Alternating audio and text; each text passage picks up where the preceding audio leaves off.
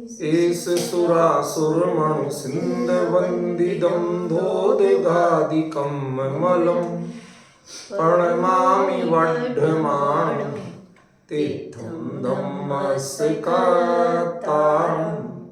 शेषे पुण्यतीर्थये ससौवसिद्धे विशुद्धस्वभावे समणे अणानदंसं चरित तव वीर्यायारि ते सौवे समगं पतेगमेव पतेगं वन्दामि अवट्टन्ते अर्हन्ते मानुषे खेते किच्चा अरिहन्ताणं सिद्धाणं तरणमो गणहराणम् अज्जावैवगाणं साहूलं चैव सौवेशिं तेसिं विशुद्धदंसं प्राणपहाणासमं समासेच्य ओवसंपयामि सम्मं जप्तो निर्वाणसम्पत्ति।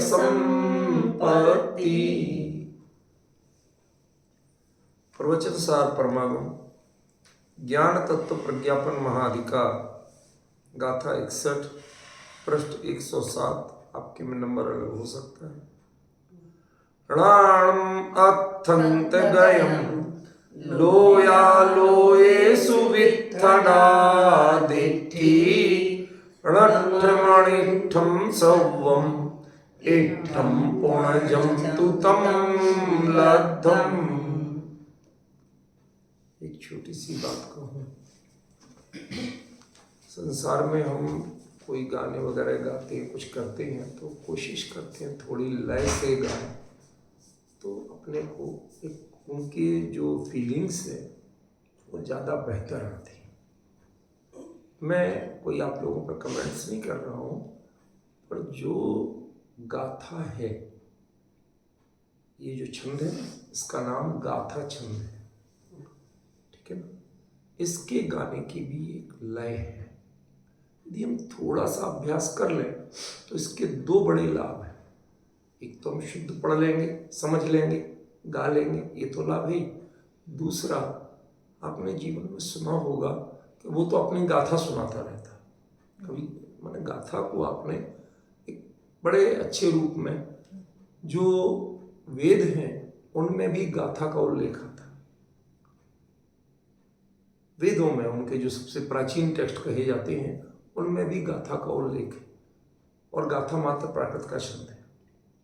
तो इसमें थोड़ा सा यदि हम लयात्मकता बनाएंगे तो इसका एक बड़ा परिणाम है कि आपका जो बॉडी की एबनॉर्मलिटी है वो बड़ी जल्दी बैलेंस होती है। मन की जो एबनॉर्मलिटी है वो बड़ी जल्दी बैलेंस होती है। इसके बस उच्चारण मात्र से कुछ है ऐसा निमित्त की योग, तो वो बता रहा हूँ। इसमें परिचय दे रहा हूँ आपको, क्योंकि आप लोगों को आइडिया नहीं ना, इसलिए इनको तो सिखाया हुआ है कि 4 चरण होते। चलो माने 4 छोटे छोटे सेंटेंस मानो आप, सब सेंटेंस। तो पहले में 12 मात्राएं, दूसरे में 18 मात्राएं, फिर तीसरे में फिर 12 मात्राएं, और चौथे में 15 मात्राएं। अब देखिए 12-12 तो बराबर हो गई, तो बैलेंस बन गया। लेकिन तीसरे और दूसरे और चौथे में, एक में 18 है, एक में 15 है, मतलब 3 कम है। तो उसमें उसको लंबा के जैसे हम पैकिंग लगाते ना, ऐसे पूरा किया जाता है। एक बार और आप सुन ले, शायद आपको आइडिया लग जाए कि मैंने क्या कहा। णाणम अथंत गयम लोया लोए सुवित्थडादिठी णट्ठमणिठ्ठं सौवम इठ्ठं पुणजं तुतं लद्धम। ये तम पे आपने देखा ना, जो जोर किया, इसीलिए वो बैलेंस कर दो, ठीक है ना। और ये छंद जितना आप मन से लय से पढ़ेंगे तो उतना ही आपको धीरे धीरे आप देखेंगे कि परिणामों में एक अलग फीलिंग जग रही है। हम उसको समझने के लिए मानसिक रूप से तैयार होते हैं, ठीक है। हम अब आगे बढ़ते हैं, छंद पे ज़्यादा नहीं रुकेंगे। वैसे तो इस छंद के बारे में आचार्यों ने ये भी लिखा कि पहला जो चरण है वो किस तरह पढ़ना चाहिए, दूसरा चरण किस तरह पढ़ना चाहिए। आपने कभी हंस को उड़ते देखा है? हंस को उड़ते देखा है? थोड़ा होता है आसमान में नहीं। वो उसकी खूबी क्या होती है कि जैसे हम तैरते, कौवा वगैरह पक्षी ये यूं यूं करते रहेंगे पंखों, वो जब एक बार कर लिया फिर काफी दूर तक यूं चला जाता है, पंख फैलाए, वो फिर उसमें फड़फड़ाता नहीं। गाथा छंद का भी दूसरा और चौथा चरण कुछ ऐसे ही होता है, उसमें ब्रेक नहीं चाहिए, स्वर कांपना नहीं चाहिए, ठीक है। तो ये उसमें सिखाया गया, हंस की चाल से पढ़ा जाता है, ठीक है। अब देखिए इस गाथा में दो बातें खास तौर पर बताई गई हैं, कल जिनकी चर्चा अपन ने शुरू की थी। एक, ज्ञान और दर्शन केवली भगवान के कैसे एक्टिव होते हैं। तो एक सामान्य जानकारी तो है हमें कि वो उनके एक साथ एक्टिव होते हैं, हमारे क्रम से होते हैं, पहले दर्शन होता है बाद में ज्ञान होता है, लेकिन केवली भगवान के ज्ञान और दर्शन दोनों एक साथ होते हैं, उनमें गैप नहीं होता, ऑर्डर नहीं होता, क्रम नहीं होता। लेकिन दोनों अलग अलग करते हैं काम या एक साथ मिलके खिचड़ी बन जाते हैं।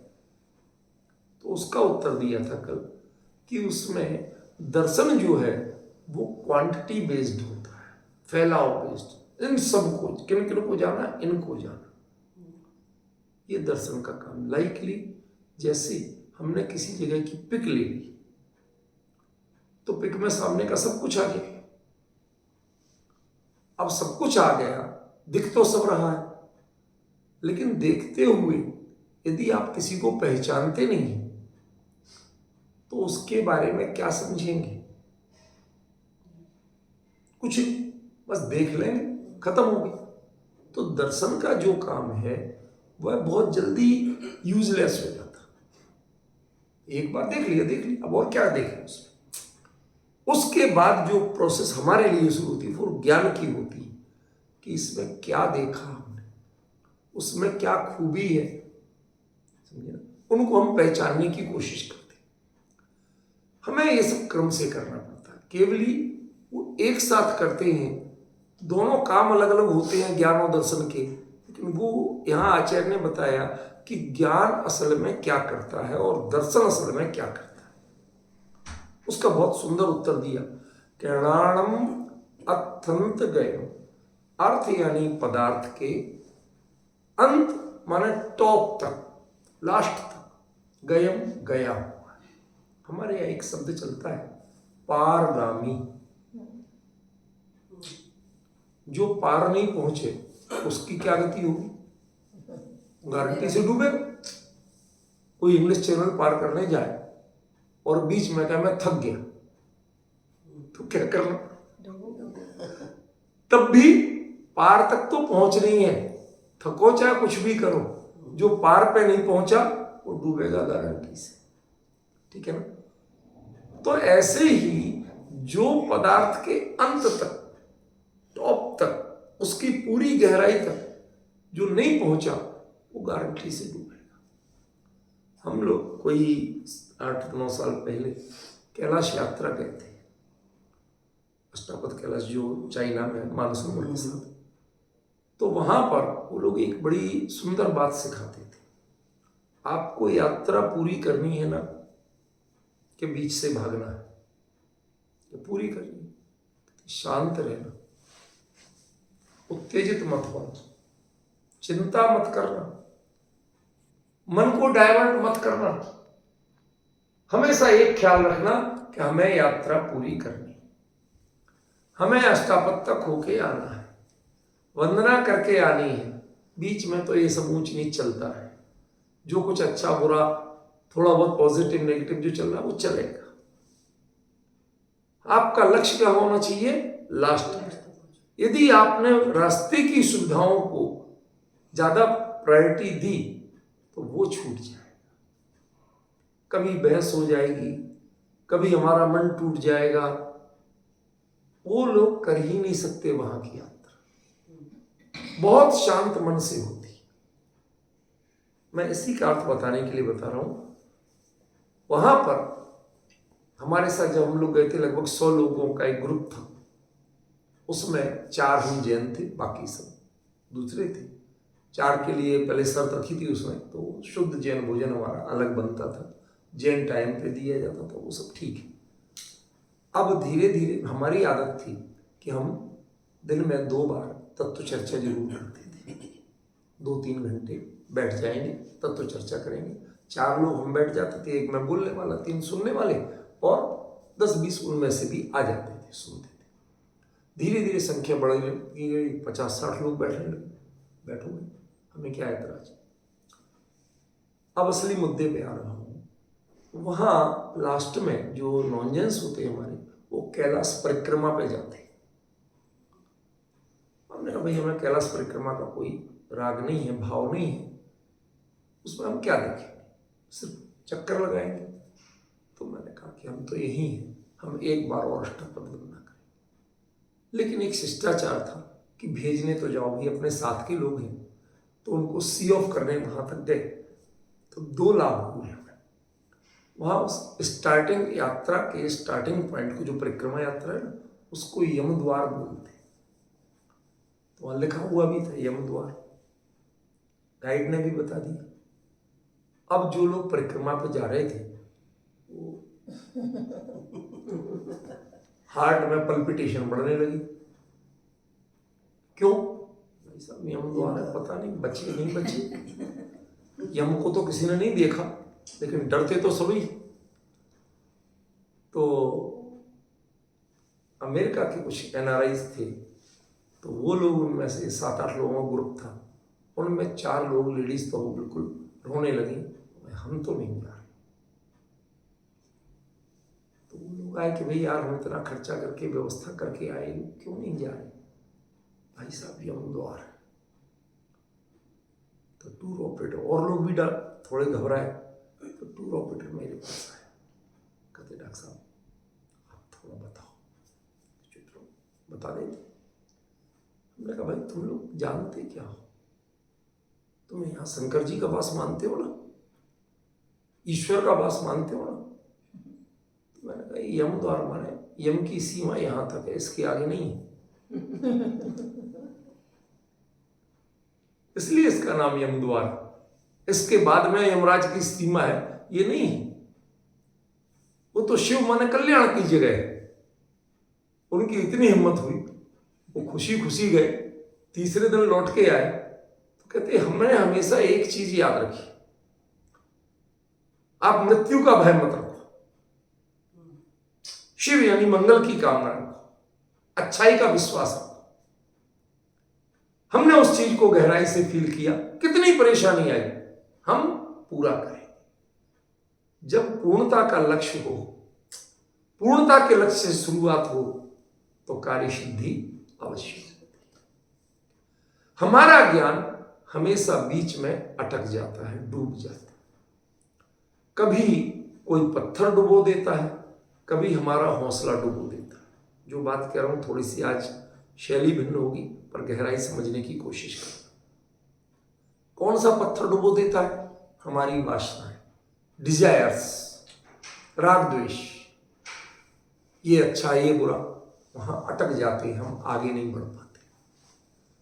उनका वो बोझ बन जाती है हमारे लिए और वो डुबो देते हैं।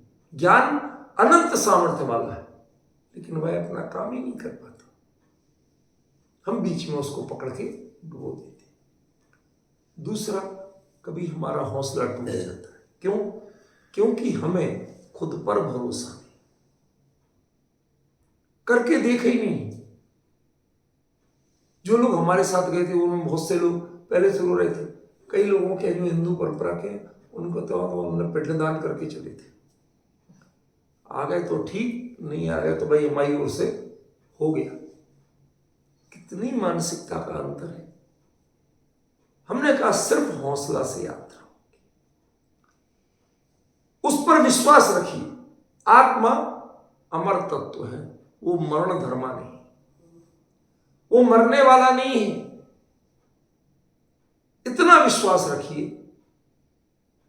जो कुछ बिगड़ेगा वो किसी और का बिगड़ेगा, पड़ोसी का बिगड़ेगा। मैंने उनको जो बताया था वो आपको भी बताना चाहता हूं। ज्ञान की गहराई कैसे बढ़ती है, उत्तर तो ये देना मुझे, और कुछ नहीं।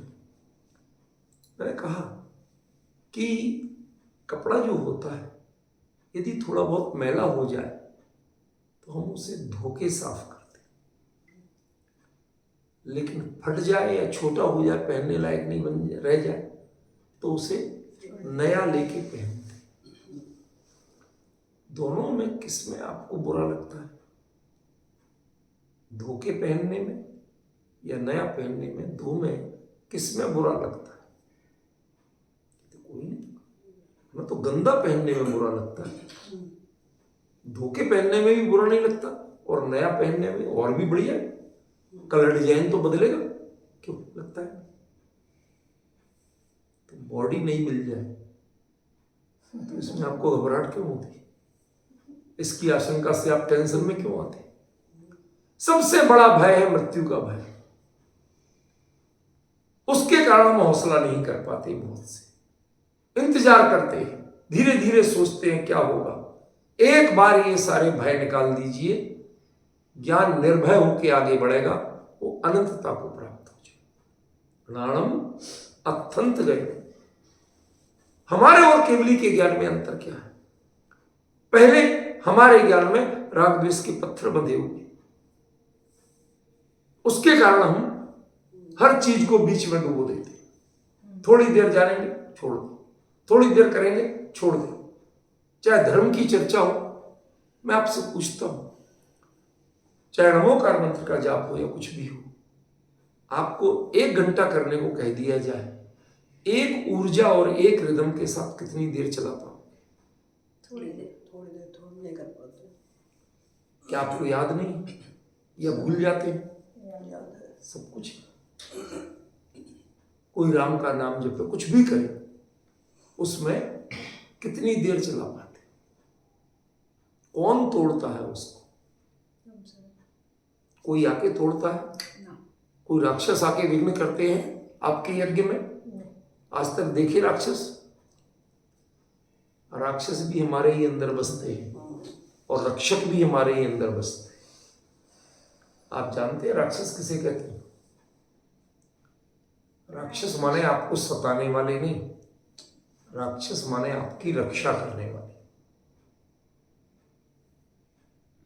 आपको बता रहा हूं खास तौर पे, रक्ष जो संस्कृति थी वो रक्षक। आज भी हम पुलिस को या मिलिट्री को आरक्षी बल बोलते हैं, जो पूरी तरह से रखे।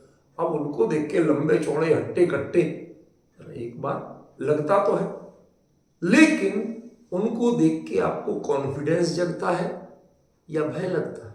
कॉन्फिडेंस। ये है हम निश्चिंत। ये नहीं हो तो पता नहीं कोई चोर लूट ले जाए, कोई हत्या कर जाए, कुछ कर जाए, डर लगेगा। तो वो जो रक्ष संस्कृति थी, वो मजबूत कद काठी के होते हुए भी कभी आपको भय के कारण नहीं थे। ये हमारी कमी है सोच की, जो हमने उन्हें भय का कारण बना दिया। संसार में कोई भी चीज आपको भय का कारण नहीं है, मृत्यु भी भय का कारण नहीं है। क्यों रख दिया? जो हमारा था ही नहीं, वो यदि छूट गया, दूसरा मिल गया, तो भय किसका, चिंता किसकी? चिंतित वो होता है जिसके पास अपनी पूंजी नहीं। ये घर छूट जाएगा तो हम कहां रहेंगे? जिसका एक कार्ड में इतना बैलेंस है कि वो ऐसे 1000 घर खरीद सकता हो, हर घर को मेंटेन कर सकता हो, तो वो घबराएगा। मैं ज्ञान अनंतता को कैसे प्राप्त होता है ये बताना चाहता हूं। धीरे धीरे पहले उसको निर्भय बनाइए, निश्चिंत बनाइए, कॉन्फिडेंट बनाइए। जितना वो निश्चिंत और कॉन्फिडेंट होगा, जितने राग द्वेष के बंधन उससे दूर होंगे, वह उतना उतना फैलता जाएगा। कल मैंने आपको जयवल्लभ सूरी जो श्वेतांबर एक कवि थी उनका बताया था, उनका ही एक सुंदर रूप दे रहा। वो कहते हैं कि जो गरीब लोग होते हैं ना, तो उनका जो कुटुंब है, परिवार है, सर्दियों में कैसे जीता, यही ज्ञान का बड़ा सुंदर रूप दिया। क्या दिया? सिसरे रोर कुटुंबम पंकय लीलम समूपवाहि। कमल होता ना, कमल सूरज के खिलने पर खिलता है, सूरज के डूबने पर सिमट जाता है। कहते ऐसे ही ये जो गरीब का कुनबा है, परिवार है, बच्चे हैं, ये कैसे रहते हैं? उनके पास कपड़े तो है नहीं ज्यादा, जो कुछ है सो है, बिल्डिंग है नहीं, खुले में रहना, तो वीयसई वीयसंते, सूरज ज्यों ज्यों विकसित होता है, उगता है, त्यों तो उनके हाथ पैर भी खुलने लगते, दिन भर खेलते रहते यूं, और ज्यों ही वो सूर्य डूबना चाहता है, छुपना होता है, धीरे धीरे वो सिकुड़ते जाते हैं और अपने में समेटते जाते हैं। जिनका उपयोग अपने अंदर ज्ञान का प्रकाश में फैलता है और परभावों में जाके अपने में सिमटने लगता है, ऐसा गरीब बनना बहुत अच्छा है। आप समृद्ध बन के सारी दुनिया में भटकना चाहते हैं, जहां पर का नंबर आता है केवल ही अपने स्वरूप में समटे होते हैं, और जहां अपना नंबर आता है वह अनंत विस्तृत होता है। हमारे यहां कहावत चलती है बुंदेलखंड में, आप घर तो कैसे भी रहे और दूसरे का घर तो आपके लिए हिलने डुलने का भी डर। कैसे बैठे, कहाँ जाए, कहीं किसी को कुछ लग ना जाए, कोई माइंड नहीं कर ले, और अपना हो हाथ पैर पसार के चैन से लगता कि सोचते कि अपने स्वरूप में पूर्ण निश्चिंत जिनका आचरण है, अनंत विस्तार है हाथ पैर खोल के, और दूसरे के जब नंबर आता है तो तुरंत सिकुड़ जाए। पर मैं नहीं फैलना चाहते, अपने में पूरे फैले हुए हैं। ये ज्ञान जो जब अपने में एक्सपेरिमेंट कर लेता है, अपने अनंतता को जान लेता है, वही दूसरे पदार्थ की अनंतता को पहचान सकता है। हमारे यहाँ कहावत चलती है, जार के पांव न फटी बीमारी, वो का जाने पीर पराई। क्या मैं अपने लोगों को कई बार कहता हूं, आपको यदि अनुकूल लगती है आप टिक के आराम से बैठ जाइए, प्लीज डोंट माइंड, प्लीज उसको डिस्टर्ब नहीं होइए, अच्छा है, 1 घंटा भी लगेगा समय, थोड़ा सा आप बैठ जाइए। चूंकि जिनवाणी विराजमान है इसलिए हम ऊपर का नहीं कह सकते, बाकी आप आराम से कंफर्ट बैठिए। होता है कभी कभी शरीर की प्रतिकूलता। तो मैं क्या बता रहा था आपको, दर्द, उसके लिए मैं कह रहा था कि मैं कई बार लोगों को, बहुत जो पुरुष होते हैं ना, वो अपने आप को बहुत बलशाली, हिम्मत वाला, लाइक दैट मानते हैं, ठीक है ना। मैं उनको समझाता हूं कि तुम जितना अकड़ते हो ना, ये लेडीज तुमसे बहुत दमदार होती है। एक फैक्ट बता रहा हूं, वो में आता है कि मैंने डॉक्टरों से पूछा, कहते एक बार की हड्डी, कोई एक हड्डी टूटे तो आप महीने भर चिल्लाते हो दर्द से, डिस्टर्ब होते। कहते कम से कम 20 हड्डियां एक साथ टूटे, इतनी पीड़ा डिलीवरी में होती है, और हर लेडीज आराम से सहती है और खुश होती है, मुस्कुराती है, बच्ची। बताओ किसमें हिम्मत ज्यादा हुई? लेकिन ये हिम्मत काहे की है? ये हिम्मत दी किसने? आप दर्द सहने में मजबूत नहीं है, ये बच्चे के आकर्षण है, वो मेरी संतान है। इस आकर्षण ने आपको 20 हड्डी टूटने जितनी क्षमता दे दी, उस दर्द को सहने की क्षमता दे दी। मुस्कुराते हुए सह लेते हैं, समझ रहे? हर कोई सह लेता है। क्यों? यदि वो अपने बच्चे का आकर्षण नहीं हो तो फिर इनको देखे देखो, एक जरा कपड़ा जरा चुभराओ तो नाक में दम कर देती। गलत कह रहा हूं? क्या अंतर पड़ा? आपका गोल क्या है? कष्ट बड़ी चीज नहीं है, गोल बड़ी चीज है, लक्ष्य बड़ी चीज है। किसके लिए कर रहे हैं आप? दुनिया में कहावतें चलती हैं पहले, आजकल तो सब रेडीमेड हो गया। वो बोले बहन तो जानती भी नहीं होगी, पहले स्वेटर बुना करते थे। तो लोग कहते थे किसके लिए बुना जा रहा, उतने दिन लगेंगे। भाई जितना अपना नियर एंड डियर है उसका टाइम कम लगता, दिन में भी रात में भी हाथ भी तेज चलते हैं और कंटिन्यूटी भी रहती है। और यदि किसी और का बुनना पड़ जाए, खासतौर पे देवरानी जेठानी का बुनना पड़ जाए तो बड़ा टाइम लगता है। सासू का हो तो और भी टाइम लगता है। मैं व्यंग्य नहीं कर रहा हूं, मैं आपकी मनोदशा बता रहा हूं। इसका मतलब है टाइम कितना लगता है कि मन जितना होता है उतना टाइम लगता है। मुझे तो यही बताना था, आप लोगों पे कमेंट्स करना कोई उद्देश्य नहीं था। मन कितना समर्पित है आपका, काम की क्वालिटी और उसका पोटेंशियल उतना बढ़ जाता है और समय घट जाता है। ये होता है कि नहीं होता है? पक्का। तो मैं कहना चाहता हूं कि जिनके काम जो पूरे मनोयोग से समर्पित हैं, पूरे पुरुषार्थ से समर्पित हैं, उन्हें एक समय में लोकालोक के हर पदार्थ का ज्ञान हो जाता है, समय घट जाता है और पोटेंशियल बढ़ जाता है। समर्पण कितना है ये बताइए। उपयोग बढ़ता है क्या आपका? कहीं कुछ याद आता है क्या? हमने कई बार देखा, इंडिया में एक बड़ा क्रेज चलता है, आप आजकल तो देखने का हो गया, पहले सुनने का होता था, क्रिकेट की कमेंट्री का। मुंबई की लोकल जैसा शोरगुल, पहले तो पटरियों का, ट्रेन का शोरगुल, ऊपर से लोगों की चकचक, उसमें व्यक्ति ऐसा ध्यान लगा, वो ये हो गया, उसको कोई एक के ट्रांजिस्टर पे बज रहा, वो पक्का पता होता था। आज पड़ोस में कोई क्या कह रहा है ये पता नहीं होता। क्यों? पहले सुनाई कौन देना चाहिए? जो कान पे खड़े होके जो बोल रहा है वो सुनाई देना चाहिए, कि उतनी दूर से जो बोल रहा है ट्रांजिस्टर वो सुनाई देना चाहिए? फिजिकली आप क्या मानते? सारी कलाएं एक जगह आके विश्रांत होती हैं, उनकी क्वालिटी एक जगह आके विश्रांत होती है कि आपका समर्पण किसके प्रति कितना है। समझिए, आपका उपयोग कितना बढ़ता है, चंचलता कितनी आती है। एक कभी ग्लास में, बर्तन में, चौड़ा बर्तन लेना, उसके नीचे, नीचे माने तल्ले में नहीं, उसके अंदर एक चांदी का सिक्का डाल देना, शांत होगा, पूरा क्लियर कितने पैसे का सिक्का है आपको साफ दिखेगा, क्या क्या बना है साफ दिखेगा। और पानी पे जरा उंगली टच करना, जितनी लहरें होंगी, अब आप देखते रहो, कोशिश करते रहो, क्यों नहीं दिखेगा?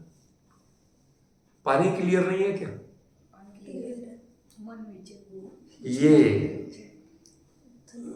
हमने विकल्प जाल बना रखे, ये विकल्प जाल शांत होने दीजिए। पानी की क्लैरिटी में वो सिक्का एकदम उभरा, जितना पानी साफ होगा उतना। मैं मानसरोवर में गया, वहां लोग बताते कि 8 फीट गहरे आप एक चवन्नी का सिक्का फेंक दीजिए और ऊपर से ऐसा लगता है कि ऊपर ही जैसे तैर रहा हो, इतना क्लियर पानी, एकदम शांत, बिल्कुल उभरा हुआ दिखता। एक बार तो हमें धोखा हुआ, हमने सोचा गहराई है ही नहीं, ये तो रेत बिल्कुल ऊपर दिख रही है, पैर रखा तो दूसरों ने पकड़ा फटाफट। अब डिफरेंस समझ रहे हो? गहराई निर्मलता से बढ़ती है, गहराई की दूरी कम होती है और स्पष्टता बढ़ती है। ऐसे ही ज्ञान में स्पष्टता कब बढ़ती है और गहराई कैसे बढ़ती है? निर्मलता बढ़ती है। आप राग द्वेष की बलनता जितनी लादे रहेंगे, अपने पुरुषार्थ की कमजोरी, हौसले की कमी जितनी लादे रहेंगे, ज्ञान कभी अनंतता को प्राप्त नहीं। उस पानी हमेशा निर्मल ही होता है। गंदा पानी होता है या गंदगी होती है? कौन गंदा है ये बताइए? पानी कभी गंदा हुआ? ऐसे ज्ञान कभी गंदा नहीं हुआ, मलिन नहीं हुआ, वो ब्लर नहीं हुआ। धुंधलापन ज्ञान में नहीं है। धुंधलापन कहां है? अपनी दृष्टि में, अपने विकल्प जाल में, आपके हौसले में, इसलिए ज्ञान अनंतता को प्राप्त हो, अर्थ के अंत तक जाए, बिल्कुल क्लियर सब कुछ दिखे, सब कुछ जानने में आए।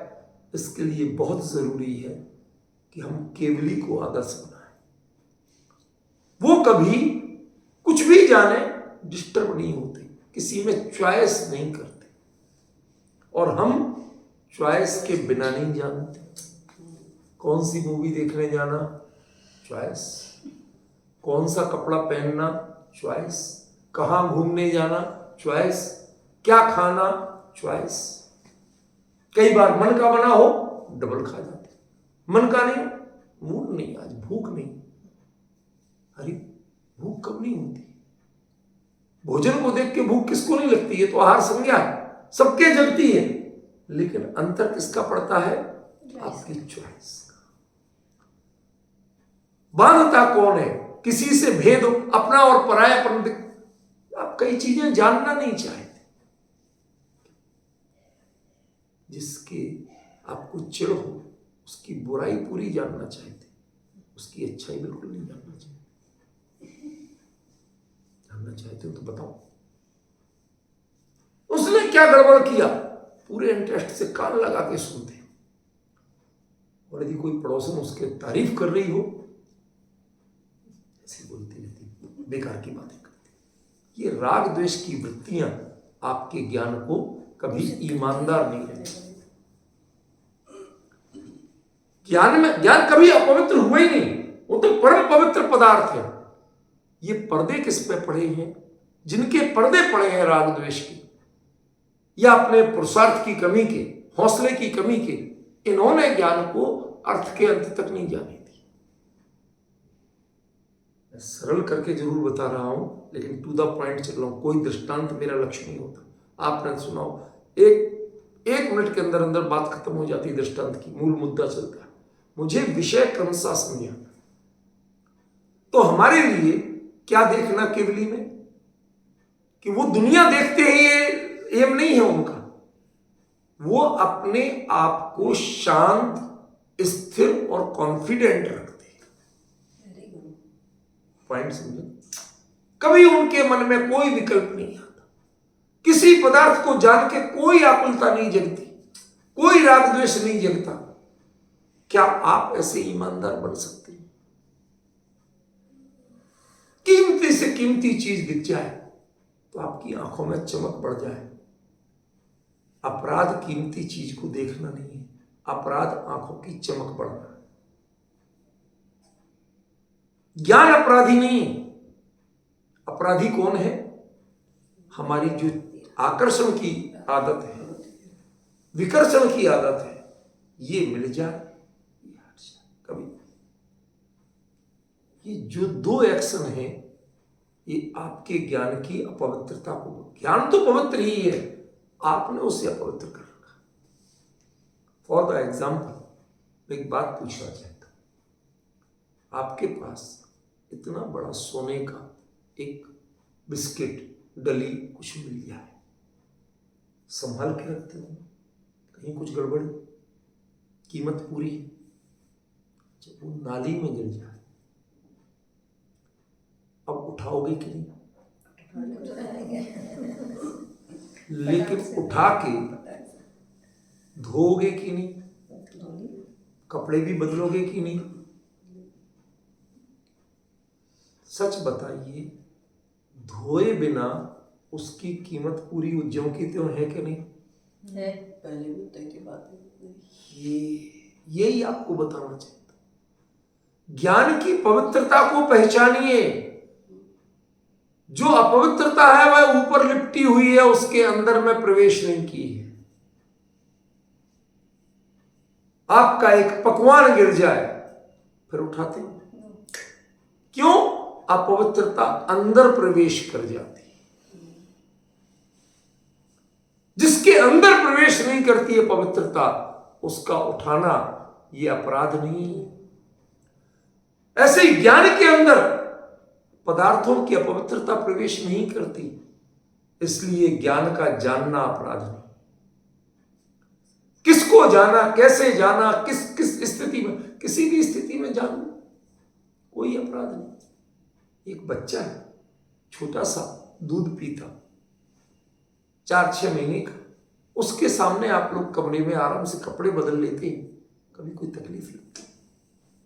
और बेटा वही है आपका, और थोड़ा बड़ा हो जाए, चल बाहर जा। क्यों? क्योंकि उसकी नजर उस चीज को पहचानने लगी। जानने में दोष नहीं है, पहचानने में दोष। ज्ञान अर्थ के अंत को प्राप्त क्यों नहीं हो पाता? क्योंकि हम जानते कम है, पहचानते ज्यादा। नहीं पहचानते तो जानने की कोशिश नहीं करते जितनी पहचानने की कोशिश करते। ये हमारे काम का है कि नहीं? मैं तो कहता हूं टूरिस्ट बनिए। किस रूप में? टूरिस्ट कभी उस पदार्थ को ले जाना नहीं चाहता, जान लेता है, देख लेता है, खुश हो लेता है, लेकिन ले जाना नहीं चाहता। लेकिन हम मॉल में जाना चाहते हैं, टूरिस्ट प्लेस पे नहीं जाना चाहते। हम टूरिस्ट नहीं बनना चाहते खरीदार। मॉल में उसे छोटा छोटा कौन किसके काम का है, ले लो। हम ज्ञान जो जानते हैं उसमें ग्रहण करने की भावना, ये समेट लो, इसको हटा दो, ये काम का नहीं, ये काम का। ये वृत्ति आपकी कमजोर है, ज्ञान कमजोर नहीं।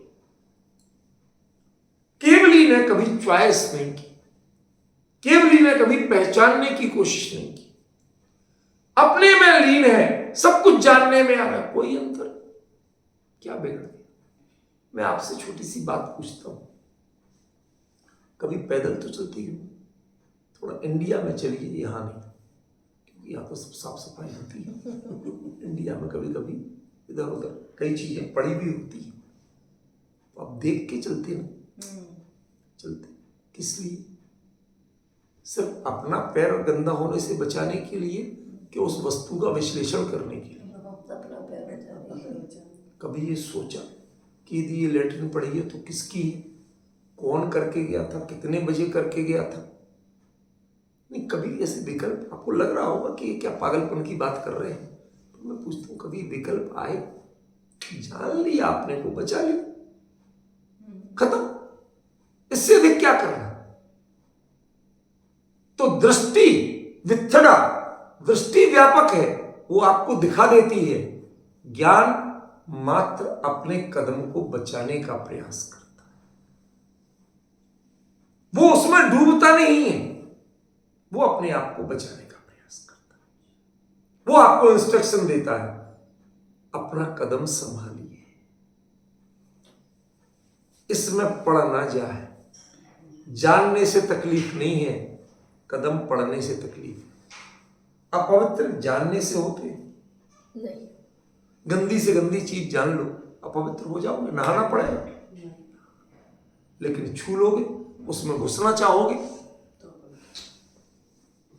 किस चीज की अपवित्रता? अपवित्र आप खुद होते हो कि ज्ञान करता है?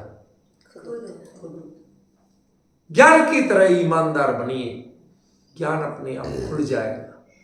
जब तक ज्ञान को आप संकुचित रखेंगे, वजन रख के रखेंगे, तो क्या पता चलेगा उसमें क्षमता क्या है।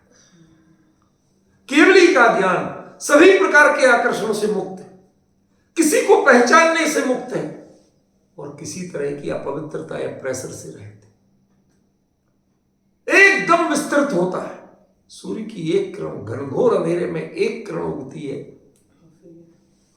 चारों ओर अंधेरा अपने आप को समेटता है। उस सूर्य की किरण किसी को नहीं भगाती। जो अंधेरे का साथ दे रहे थे, पुद्गल के परमाणु काले हो रहे थे, वही सब उजाले का साथ देने लगते हैं। अंधेरा ढूंढता है अपने आप को कि मैं जाऊं तो जाऊं कहां।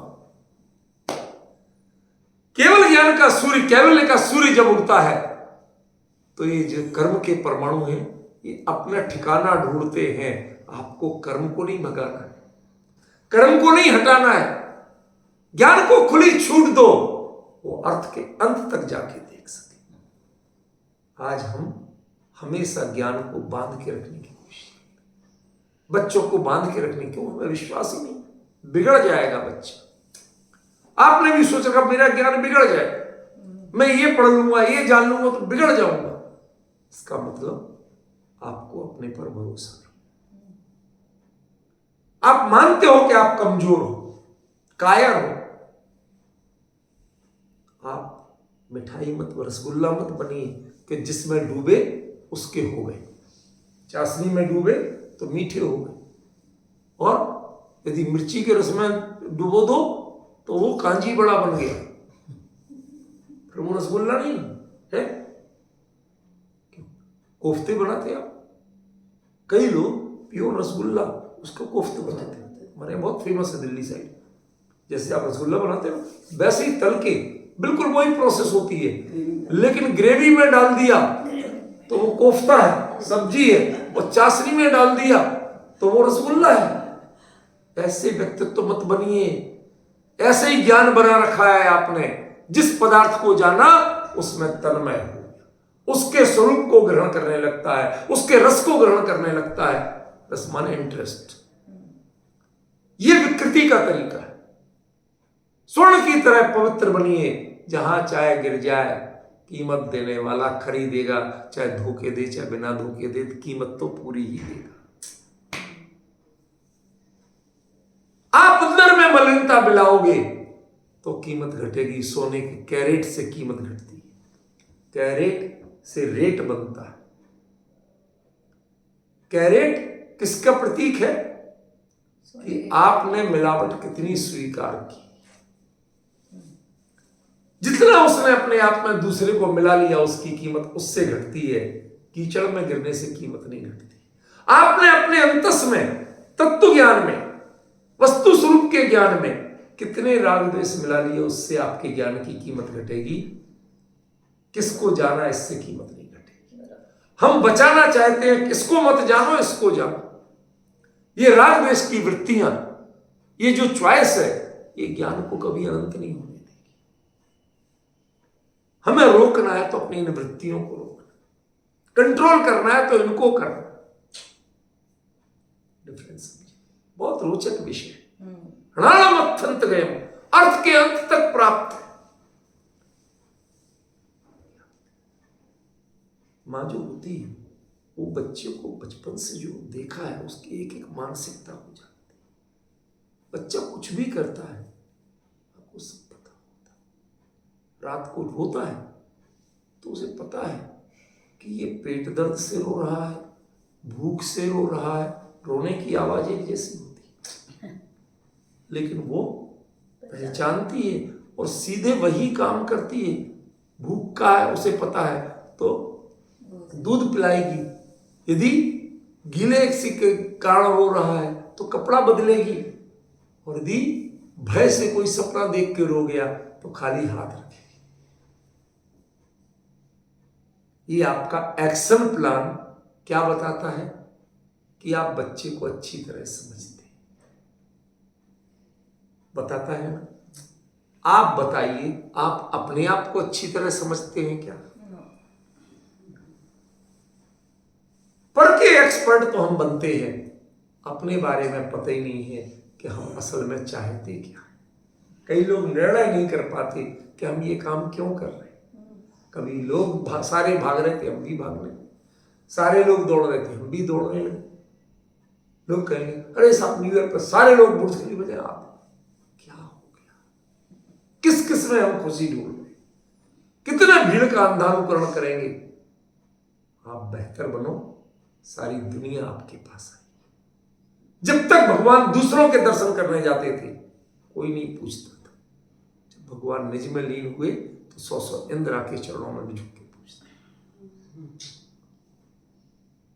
वो किसी की परवाह नहीं करते, जानते सबको है पर परवाह किसी की नहीं करते। जब हमारा ज्ञान ये परवाह करना छोड़ देगा तब वो कैवल्य का अर्थ समझे, तब वह अर्थ के अंत को बिल्कुल लास्ट पॉइंट तक, बिल्कुल लास्ट डेप्थ तक पूरा क्लियर समझेगा। मैंने बताया था मानसरोवर का वो सिक्का बिल्कुल ऊपर दिखता है, रेत का एक एक दाना पूरा ऊपर दिखता है। वो ऊपर नहीं होता, बहुत गहरा होता है, पर दिखता क्यों है? क्योंकि वो निर्मलता इतनी बड़ी, स्वच्छता इतनी। ऐसे ही ज्ञान को राग द्वेष की मलिनता से एकदम निर्मल साफ कर दीजिए। आप देखिए ज्ञान की बिल्कुल अंत तक चला जाता देखिएगा। प्राणम अत्यंत गए, उसमें डेप्थ है और दृष्टि दर्शन में विस्तार है। हमने आज तक कभी ये डिफरेंस जाना था? दर्शन में विस्तार है, वो सबको एक साथ कितनी चीज है, क्या क्या है, सब दिखा देता। लेकिन एक एक चीज की गहराई हम एक एक करके जानते। ये समय सार जी, ये प्रवचन सार जी, ये फला ग्रंथ है, ये पुरुषार्थ, हम ये फला आचार्य लिखा, हम एक एक करके जानते। लेकिन केवली का ज्ञान अत्यंत गयम, वो हर चीज को दर्शन ने जो दिखाया उसी समय हर एक के अनंत गहराई को जानता। ज्ञान तो आपका भी ऐसे ही है। कमी ये है कि आप उसकी क्वालिटी को प्रमोट नहीं करते। भोजन करते हैं, फल खाते हैं, छिलका खाते हैं, उठली खाते हैं, नहीं करते, अपने मतलब की चीज लेते हैं। 10 लोग आ रहे हैं, किसकी ओर देखते हो, कहां स्माइल पास करते हो, अपने बाकी करते हो। ये जो है, आपने कभी इस वर्गीकरण के बिना जानने देखने की आदत ही नहीं डाली। हमारे यहाँ एक कवि ने, जैन कवि है, उन्होंने एक भजन लिखा, भूमि ना होत चांदनी की ज्यों, क्यों नहीं धनी गे को ज्ञानी। कुछ अर्थ समझी? चांदनी पड़ती है तो जितनी जगह पर पड़ी वो कभी उसको समेट के नहीं ले जाती, उस पर अधिकार नहीं जमाती कि ये कॉपीराइट मेरा है, इतनी रजिस्ट्री मेरे नाम कर दो। लेकिन ज्ञान जहां जहां पड़ता है हमारा, ये मिल जाए, ये हट जाए, उस पर अपना अधिकार हटे। भाई हटाते किसको? अपना अधिकार समझते हो कि हटा लो? एवरेस्ट को हटा के बताओ, कभी कोशिश की? आप ही हटो, पहुंच भी गए तो आप ही हटोगे, वो तो नहीं हट रही। तो जो एक एक पदार्थ है वो अपने आप में अविचल है, अविचल है, चंचल नहीं। मतलब एक पक्षी पंख फड़फड़ा रहा है, वो अविचल है कि चंचल है? तो ये फड़फड़ा कैसे रहा? आदत की बात नहीं है, मैं कुछ गहरी बात बताना चाहता हूं। अरे है कहां कि लोकाकाश के प्रदेश में ही था, इधर भी है तो लोकाकाश में, इधर भी है तो लोकाकाश में, जितनी जगह में है सब लोकाकाश में है। लोकाकाश के बाहर कहां चला गया? तो काहे की चंचलता? ऐसे ज्ञान प्रत्येक पदार्थ के परिणमन को देखते हुए वो अविचल रहता है, प्रभावित रहता है, उसके लिए वो अपनी जगह सही है, कोई क्रमबद्ध का भंग नहीं होता। जो पर्याय, जो कार्य जब होना है, जैसा होना है वैसा ही होता है, उनके ज्ञान में एकदम फिक्स है कि नहीं? जो आपके बच्चे, उनके 6 महीने 8 महीने साल उनकी फोटोएं होंगी आपके पास, पिक्स होंगी। जब आप वो देखते हैं तो बच्चा जीवित दिखता है कि फोटो का दिखता है? जीवित दिखता है। ओ, जीवित बच्चा में तो वो स्थिति है ही। ज्ञान नहीं बदलता है, ज्ञान में वस्तु अविचलित होती है, ध्रुव होती है, हर पर्याय ध्रुव होती है, उस समय में ध्रुव होती है।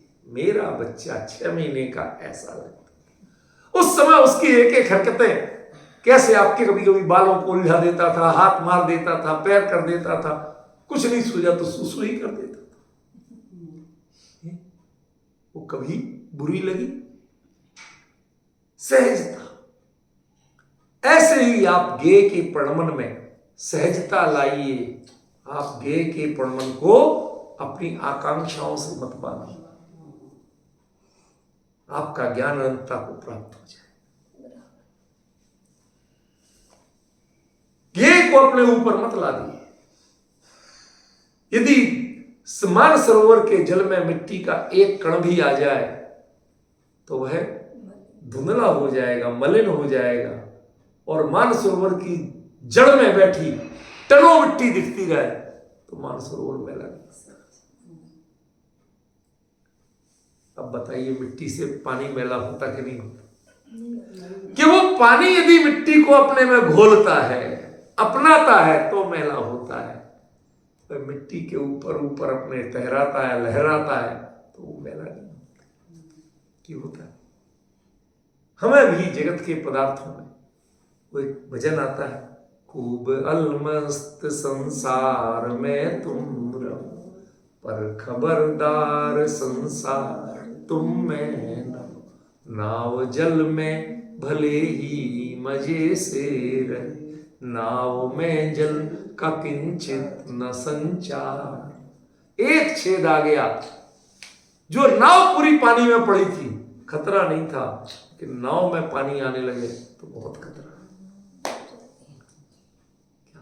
समुद्र में नाव पड़ी खतरा नहीं है, लेकिन नाव में बूंद बूंद पानी भी आ रहा है तो खतरा। आप संसार से घबराइए मत। ज्ञान संसार से घबराता नहीं है जब तक उसमें कोई राग का छेद नहीं हो। राग का छेद होता है, गे का अंदर में ज्ञान में प्रवेश होने लगे, खतरा शुरू हो जाता है। गे का आकार गे में, ज्ञान का आकार ज्ञान में, गे का आकार ज्ञान में झलकते हुए भी आकार झलकता है, गे का प्रवेश नहीं होता है। वो गे को अपनाता नहीं है। एक दर्पण में सारा लोकालोक बदल बदल के चला जाए, 100 आदमी चले जाए, दर्पण में कुछ विकार होता है, समझिए। और हमारे सामने की नजर से जितने गुजरेंगे, हर एक में कुछ ना कुछ रिएक्शन होगा। दर्पण ने रिएक्शन नहीं किया इसलिए निर्मल है, हम रिएक्शन करते हैं इसलिए। ज्ञान में एक्शन चाहिए, रिएक्शन नहीं चाहिए। बट हमें होता है।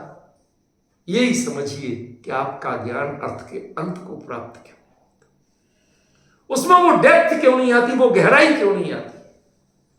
अनंत गहराई के बाद भी अनंत स्पष्टता रहती है। मैंने इसीलिए आज दृष्टांत चुना। आज का मास्टर एग्जाम्पल है, मानसरोवर के जल के नीचे पड़ी रेत का दाना, चवन्नी, पूरी ऊपर स्पष्ट दिखती है। क्यों? ना तो मलिनता है ना लहरें, एकदम शांत शांत शांत।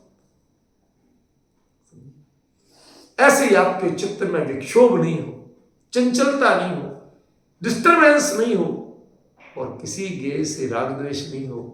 सारा गे क्लियर ऊपर झलकेगा। सारी गहराई, कितनी गहराई हो, वो सारी गहराई मिट जाती है। क्लैरिटी बढ़ती है तो गहराई दूरी। आपको यहां बैठे बैठे एवरेस्ट दिख सकती है, पहले ये वातावरण, ये एनवायरमेंट इतना क्लीन तो करो। इसमें से सारे परमाणु जितने दूसरे हैं, वो प्रदूषण के या किसी के भी, सब हटा दीजिए, आपको यूं दिखेगी एवरेस्ट। दृष्टि बाधित नहीं होती है। समस्या दृष्टि की नहीं है, समस्या हमारे बीच में जो आने वाले दूसरी मलिनता है उसकी। हमने अपने दृष्टि के आगे बहुत मलिनता कर रखी है। उसको, मलिनता को हटाइए, सारा कुछ क्लियर हो जाएगा। आपकी आंख खराब है क्या? नहीं। तो फिर चश्मा क्यों लगाते? अरे आंख किसका नाम है? देखने की सामर्थ्य का नाम आंख है। अब हमें वो दूरियां बढ़ाना या घटाना होती हैं, उसके लिए चश्मा होता है। सूरदास को चश्मा क्या करेगा?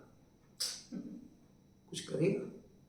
एक मौजीराम गया, मौजीराम तो समझते हो, मौजीराम, वो गया चश्मे वाले डॉक्टर के पास, उसने सब कुछ कर लिया, चेक हो गया, सब चश्मा लगा लूंगा तो आप पढ़ने लगेंगे, पढ़ने लगेंगे। लोग खाम में स्कूल कॉलेज जाते, तुझे पढ़ना नहीं आता? क्यों नहीं? चश्मा कुछ नहीं कर सकता। देखो, चश्मे से अक्षर दिख तो सकते हैं, लोया ले उसी मिथुना दृष्टि, लेकिन पढ़े नहीं जा सकते। क्या लिखा है समझ में नहीं आता। वो काम ज्ञान का है, वो उस अर्थ के अंत को गहराई में प्रवेश करके उसका पूरा स्वरूप दिखाना, उसका मर्म बताना वो ज्ञान का काम है। लेकिन लोया लोय सुवित्रर्थ, पहले दृष्टि को तो आप विस्तृत बनाओ। आपकी दृष्टि तो संकुचित होती।